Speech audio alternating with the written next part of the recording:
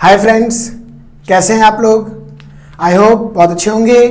तो बच्चों, last lecture में मैंने क्या डिस्कस किया था, फिजिकल नेचर को कंप्लीट किया था। ठीक है, अब हम बात करेंगे कैरेक्टरिस्टिक की। तो फिजिकल नेचर में हमने देखा था कि जो मैटर होते हैं वो पार्टिकल से बने होते हैं, और वो पार्टिकल जो होते हैं वो बहुत ही छोटे होते हैं। कुछ एक्सपेरिमेंटल प्रूफ हमने देखा था इसके लिए, ठीक है, जहां पे हमने डिफ्यूजन को देखा था और रॉबर्ट ब्राउन ने जिसके बारे में बताया था ब्राउनियन मोशन, उसको देखा था। ठीक है, तो हम कैरेक्टरिस्टिक को देखेंगे क्योंकि कुछ एक्सपेरिमेंट से मैंने आपको बताया था फिजिकल नेचर में, तो इसलिए कैरेक्टरिस्टिक को हमको ज़्यादा टाइम नहीं लगेगा क्योंकि वहां पे मैंने कुछ कैरेक्टरिस्टिक भी बता दिए थे इन शॉर्ट। तो देखिए, फिजिकल नेचर में हमने क्या क्या डिस्कस कर लिया, एक बार उसको लिख लेते हैं फटाफट। फिजिकल नेचर में हमने देखा कि भाई इसका पार्टिकल नेचर होता है, मतलब ये पार्टिकल से बना होता है, और ये पार्टिकल जो होते हैं वो बहुत ही छोटे होते हैं। ये पार्टिकल जो होते हैं ना बहुत छोटे होते हैं, ये देख लिया। इसके अलावा इसके अंदर हमने देखा डिफ्यूजन को देख लिया, हमने ब्राउनियन मोशन को देखा, और इसके बेसिस पे, इन दोनों के बेसिस पे हमने एक्सपेरिमेंट्स देखा। ठीक है, तो ये सारी चीज हमारा कवर हो चुका है। अब हमको पढ़ना है कैरेक्टरिस्टिक्स ऑफ मैटर।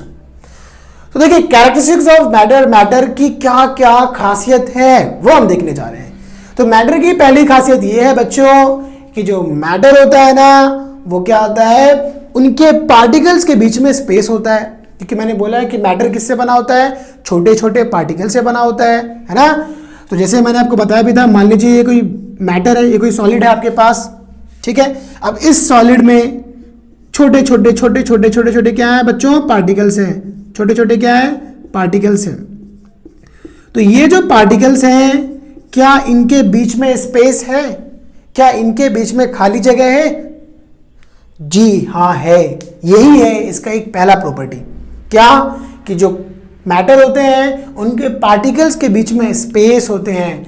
आप क्या कीजिए, एक ग्लास पानी ले लीजिए। क्या कीजिए बच्चों, एक ग्लास आप पानी ले लीजिए।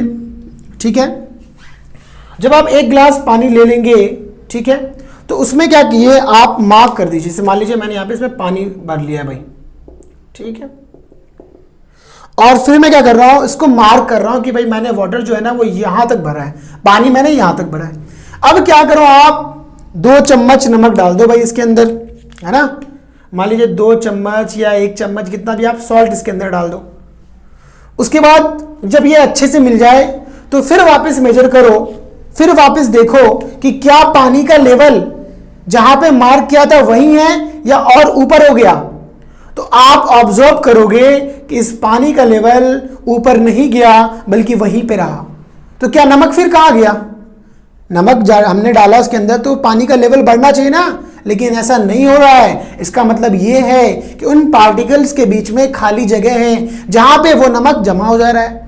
मतलब मान लो ये पानी के पार्टिकल्स है, जैसे मैं पानी के पार्टिकल्स को यहां पे बना रहा हूं। मान लीजिए इस तरह से पानी के पार्टिकल्स इस तरीके से हैं, ठीक है, इस तरीके से पानी के पार्टिकल्स। तो जो नमक हम डाल रहे हैं ना बच्चों, वो नमक क्या हो रहा है, वो नमक इस पार्टिकल्स के अंदर जा रहा है। वो नमक जो जहां जहां खाली जगह आपको दिख रहा है वहां मिल जा रहा है, और यही वजह है कि उस पानी का लेवल ऊपर नहीं जा रहा है। तो क्या देखा हमने, इससे क्या पता चला, इससे यह पता चला सर कि इसकी पहली खास बात जो है वो क्या है कि उसके पार्टिकल्स के बीच में खाली जगह होता है। क्या होता है, स्पेस होता है। तो आइए इस बात को हम यहाँ पे नोट कर लेते हैं भाई। क्या भाई, तो जो पार्टिकल्स होते हैं ना मैटर के, जो पार्टिकल्स होते हैं ना मैटर के, भाई उनके बीच में स्पेस होता है। Particles of matter have space between them, उनके बीच में खाली जगह होता है। देखिए एनसीईआरटी में 3 खास बात, 3 कैरेक्टरिस्टिक बताई गई है, उन्हीं 3 को ही पढ़ेंगे, है ना, वही 3 इनफ है कैरेक्टरिस्टिक उसके। तो भाई इसके लिए हमने देख लिया ये एक्सपेरिमेंट भी कि इस तरीके से भाई हो गया। इसके अलावा आप चीनी डाल के देख लेना तो भी आप देखोगे वाटर का लेवल वही है। इसके अलावा आप इंक डाल के देख लेना, इंक ड्रॉप लेवल वही रहेगा। तो भाई इससे पता चल रहा है कि जो पार्टिकल्स होते हैं ना मैटर के, उनके बीच में खाली जगह होता है। ठीक है, चलिए अब दूसरी प्रॉपर्टी की बात करते हैं। देखो बच्चों, दूसरी प्रॉपर्टी की बात करूं ना, तो ऑलरेडी हम देख चुके हैं डिफ्यूजन और ब्राउनियन मोशन में। डिफ्यूजन और ब्राउनियन मोशन से क्या पता चला था? इन दोनों से क्या पता चला था? इन दोनों से पता चला था कि जो मैटर के पार्टिकल्स होते हैं ना, वो मोशन में होते हैं, मोशन में, मतलब मूवमेंट करते रहते हैं। सर देखा था ना, याद है ना? ठीक है, तो जिन्होंने नहीं देखा है पिछले लेक्चर में, उनके लिए एक बार वापस से रिपीट कर दे रहा हूं। क्या देखा था हमने? कि जब हम इंक को पानी में मिलाते हैं, ठीक है, आपके पसंद का जो भी इंक कलर हो, रेड ले लो, ब्लू ले लो, ब्लैक ले लो, आपने पानी में आप इंक का कलर डालना। जब आप पानी में इंक डालोगे 2-3 ड्रॉप, तो आप क्या देखते हो कि धीरे धीरे धीरे धीरे धीरे धीरे इंक क्या हो रहा है, वो पूरे पानी में मिल रहा है, पूरे पानी में मिल गया। तो पूरे पानी में अपने आप कैसे मिल गया? अब वाटर को जब आप रखो तो वाटर देखना, वाटर रुका होना चाहिए, पानी मूव नहीं करना चाहिए, पानी रुका हुआ रहेगा ग्लास में। अगर मान लो आपने अभी भी ग्लास भरा है तो कुछ देर तक रुक जाओ, जब तक उसके पानी रुके ना। जब पानी बिल्कुल रुक जाए, स्टेबल हो जाए, तब आप 2-3 ड्रॉप इंक डाल दो। जब डालोगे तो आप क्या देखोगे कि वो इंक मूव करते हुए नीचे पूरे में जा रहा है, पूरे में फैल रहा है, और फिर कुछ टाइम के बाद पूरे ग्लास में जो पानी है, उस पूरे पानी का कलर, जो आप डाला, लाल डाला तो लाल हो जाएगा, ब्लैक डाला तो ब्लैक हो जाएगा, जो कलर आप डालोगे उस कलर का हो जाएगा। इससे यह पता चला कि उसके पार्टिकल्स जो हो रहे हैं ना, वो क्या हो रहे हैं? मूव कर रहे हैं ना। ठीक है, याद रखिएगा, वाटर के पार्टिकल्स भी मूव करते हैं, वाटर के पार्टिकल्स भी मूव करते हैं, क्योंकि माइक्रोस्कोप से भी हमको वो दिखाई नहीं देते हैं, इसीलिए हमको लगता है कि मूव नहीं कर रहे हैं, लेकिन एक्चुअली वाटर के पार्टिकल्स मूव करते हैं। तभी वो इंक ड्रॉप के पार्टिकल मूव करता है। वाटर का पार्टिकल क्या करता है? इंक ड्रॉप के पार्टिकल को बार बार हिट करता है, बार बार उसको मारता रहता है बहुत तेजी से। जैसे मान लीजिए कि ये वाटर के पार्टिकल्स है, ठीक है, ये वाटर के पार्टिकल्स है, और हमने क्या किया भाई? लाल कलर का इंक डाल दिया, 2-3 ड्रॉप लाल कलर का इंक डाल दिया। अब इसके छोटे छोटे पार्टिकल जो है ना, वो यहाँ पे आएंगे आएंगे आएंगे। तो ये जो क्या कर रहा है ना, ये इसको हिट कर रहा है, इसको मार रहा है, टम टम, देखो इसको हिट कर रहा है, ये हिट कर रहा है, टक टक, हिट कर रहा है, एकदम मार रहा है। तो हिट जब करेगा तो क्या होगा? वो मोशन में आ जाएगा, मूवमेंट करने लगेगा, तो मोशन में आया। अगर मोशन में नहीं आता तो पूरा पानी जो है वो कलरफुल नहीं हो पाता, है ना, पूरा पानी कलरफुल नहीं हो पाता। और उसके लिए ब्राउनियन मोशन में भी मैंने बताया था कि पॉलन ग्रेन डालते हैं हम। जिनको पॉलन ग्रेन नहीं पता, पिछले लेक्चर में देख लेना, मैंने एक्सप्लेन किया है कि पॉलन ग्रेन जब पानी में हम डालते हैं तो क्या देखा था? ये रॉबर्ट ब्राउन ने करके देखा था। तो पॉलन ग्रेन मूव कर रहा था। क्यों मूव कर रहा था? सेम चीज, वाटर क्या कर रहा था? उसको हिट कर रहा था, है ना। तो इससे ये पता चला कि मोशन में। अगर इससे भी नहीं तो सबसे इजी एग्जांपल ले लो, अगरबत्ती। घर में जो इंसेंस स्टिक, आपके घर में जो होगा अगरबत्ती, अगरबत्ती आप जलाते हो तो क्या होता है बेटा? अगरबत्ती का धुआं, अगरबत्ती की खुशबू दूर तक चली जाती है, क्योंकि अगरबत्ती से जो धुआं निकलता है वो धुआं हवा में मिल जाता है, हवा में डिफ्यूज हो जाता है। डिफ्यूजन का मतलब ही होता है दो चीज़ों का मिलना।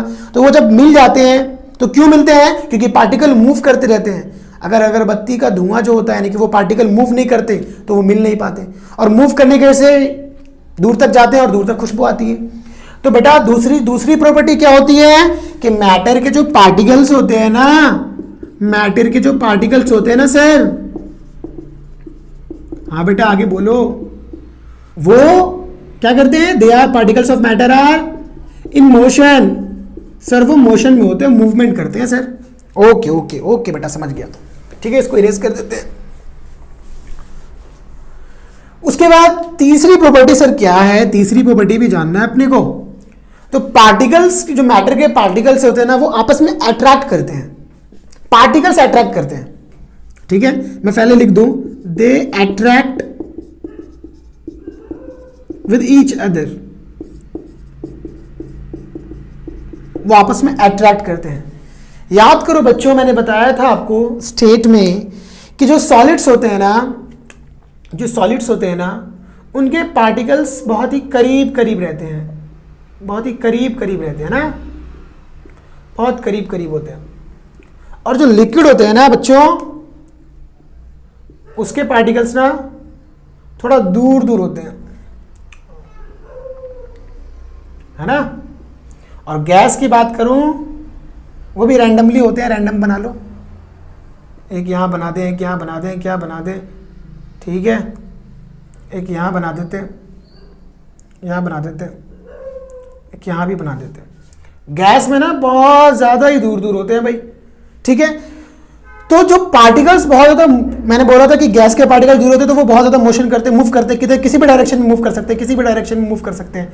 लिक्विड भी थोड़े थोड़े, लिक्विड भी देखो ना फ्री है, इसके मुकाबले थोड़ा कम है, लेकिन ये भी मूव करता है। यहाँ पे भाई बहुत कम चांस है, बहुत कम, ठीक है। तो अभी जो पार्टिकल्स है ना वो देखो ना अट्रैक्ट कर रखे हैं, अगर वो अट्रैक्ट कर रखे हैं तो सॉलिड बन गए ज़्यादा, और कम कर रखे हैं तो लिक्विड बन गए, और ज़्यादा कर रखे हैं तो गैस बन गए। अभी बात को समझिए, देखिए एक एग्जाम्पल मैं ले रहा हूँ आपको तो ज़्यादा समझेगा। अभी आप क्या करो, हवा में ऐसे हाथ मूव करो, देखो हो रहा है ना, आसानी से करना। लेकिन अगर आप पानी में करोगे तो उतनी आसानी से आप नहीं कर पाओगे, थोड़ा आपको फोर्स लगेगा, थोड़ी ताकत लगेगी, क्योंकि उसके पार्टिकल्स के बीच में क्या फोर्स है। गैस के पार्टिकल्स इतने दूर है ना, इतने दूर है ना कि उनके बीच जो अट्रैक्शन फोर्स है, मतलब करीब आ रहे हैं एक दूसरे से, अट्रैक्ट हो रहे हैं, तो वो जो अट्रैक्ट होने की जो फोर्स है ना वो बहुत कम हो जाती है, जिसके वजह से हवा में एकदम आराम से मूव कर लेते हैं। लेकिन पानी में थोड़ा सा फोर्स लगता है हमको, क्योंकि वहां पे पानी के मॉलिक्यूल्स थोड़े थोड़े दूर होते हैं, अट्रैक्शन थोड़ा रहता है उसमें।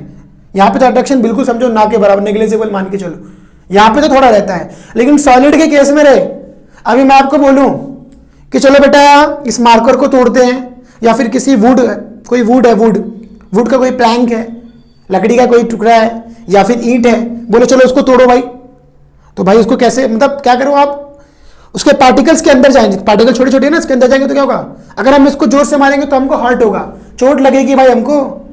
कोई कराटा स्पेशलिस्ट ही एक बार में उसको तोड़ सकता है, लेकिन फिर भी अट्रैक्शन बहुत ज़्यादा है, इतना ज़्यादा है कि उसको तोड़ना इतना आसान नहीं है, ठीक है। इसे एक और एग्जाम्पल ले लीजिए, आप घर पे करना, क्या करना, एक चौक ले लेना, ठीक है, और एक कील ले लेना, लोहे की एक कील ले लेना, और आइस क्यूब निकाल लेना अपने फ्रिज से, तीनों को हैमर से मारना, हथौड़े से तीनों को मारना। तो आप क्या देखोगे, जो चौक है ना वो आसानी से टूट जाएगा, एक हैमर मारोगे आप, एक हथौड़ी मारोगे टूट जाएगा। आइस को, जो आइस क्यूब है, एक दो मारना पड़ेगा फिर टूटेगा, थोड़ा कम, थोड़ा ज़्यादा टाइम लगेगा उसको। लेकिन कील को आप मारते जाओगे वो जल्दी नहीं टूटेगा। इसका मतलब ये पता चला कि जो कील के पार्टिकल्स हैं वो बहुत ज़्यादा स्ट्रांगली अट्रैक्ट कर रहे हैं उसके पार्टिकल्स बहुत जोर से, है ना। जबकि बर्फ के केस में, आइस के केस में थोड़ा कम अट्रैक्ट कर रहे हैं, और चौक के केस में और कम कर रहे हैं, जिसकी वजह से वो आसानी से टूट जा रहा है। समझ में आया बच्चों? तो ये तीनों क्या है बेटा, ये तीनों प्रॉपर्टी है, सॉरी कैरेक्टरिस्टिक्स है ना, तीनों कैरेक्टरिस्टिक, प्रॉपर्टी बोल सकते हैं, कोई दिक्कत नहीं है। कैरेक्टरिस्टिक्स है किसकी भाई, किसकी, मैटर की, ठीक है।